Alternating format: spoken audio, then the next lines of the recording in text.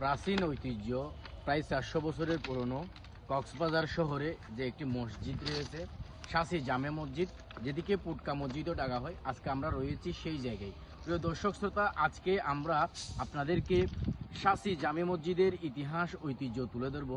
বলা হয়ে থাকে এই মসজিদটি প্রায় 400 বছরের পুরনো। এই মসজিদটি কে নির্মাণ করেছে বা কিভাবে হয়েছে সেটি সঠিক ইতিহাস আমরা এখনো পর্যন্ত জানতে পারিনি। এই মসজিদে যে গম্বুজটি রয়েছে এবং মসজিদের যে রং, মসজিদের যে কালারটি রয়েছে, সেখানে আমরা যদি দেখি তাহলে এখানে দেখতে পাওয়া যায় সেখানে স্বর্ণের মতো যে একটি রং সেটি এই মসজিদে দেওয়া হয়েছে।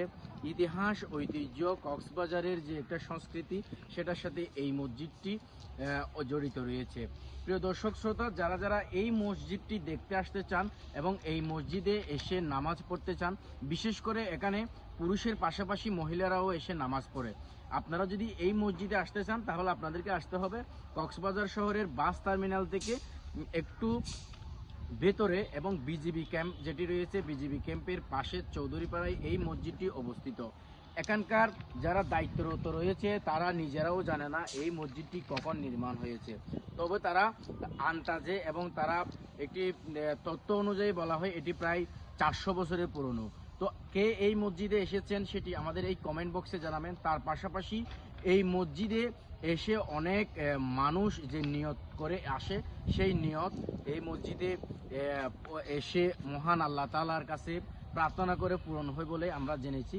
ইতিমধ্যে অনেক নারী মহিলারা এখানে এসেছে নামাজ পড়ার জন্য।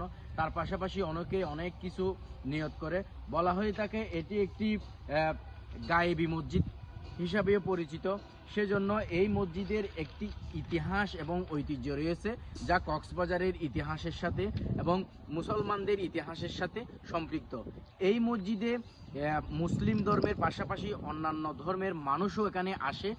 তারা যে নিয়তগুলো করে সেগুলো সৃষ্টিকর্তার কাছে বলার জন্য, সৃষ্টিকর্তার কাছে প্রার্থনা করার জন্য অন্য ধর্মের মানুষও এই মসজিদে আসে।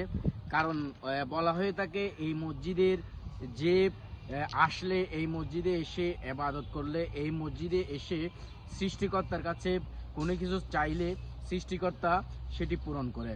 তো আজকে আমরা দেখানোর চেষ্টা করেছি এবং বলার চেষ্টা করেছি শাসি জামে মসজিদ অর্থাৎ পুটকা জামে মসজিদের ইতিহাসের কিছু ক্ষুদ্র অংশ।